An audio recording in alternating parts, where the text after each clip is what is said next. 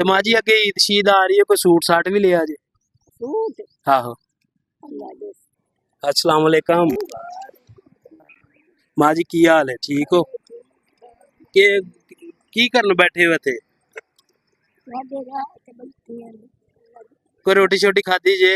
रोटी हक्का लई जा होटल वाले नहीं खाधी? सुनाओ, सेहत भी है ठीक जे माशाल्लाह? ते इत्थे क्यों बह रहे हो तुसीं? स्कूटर या लगा वेच के साथ अल्लाह ताला सेहत देवे। अल्लाह ताला ज्यादा तो नहीं लगी है? वेच रात ओए होए होए, अल्लाह सेहत दे जी तुहानू। अल्लाह ताला ते माँ जी अगे ईद शीद आ रही है, कोई सूट साट भी लिया जे? सूट आहो। अल्लाह दे ਹੁਣ ਤੁਹਾਡੇ ਕਦਮਾਂ ਦਿੱਤੀ ਪਈ नहीं नहीं माँ जी, ਚੌਕ माँ जी यह केड़ी गल है? कोई गल नहीं है। ਚੌਕ ਜਿਹਨੇ ਤੇ ਦਿੰਦੇ ਨਹੀਂ ਦਿੱਤੀ सूट साट कोई नहीं लिया हाले तक? अच्छा, अल्लाह दे अल्लाह देगा इंशाल्लाह।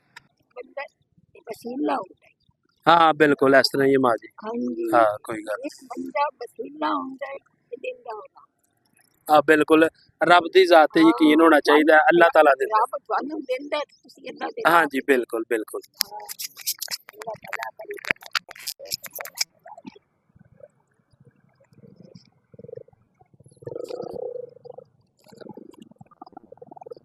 माँ जी पढ़ो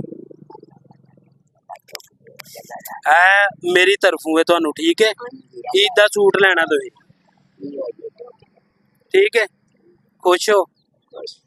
माशाल्लाह माशाल्लाह, मैं प्यार दिओ मैनू सिर ते, खुश हो गए। अल्लाह सुख दे आमीन आमीन। आओ अपनी वीडियो हाँ जी।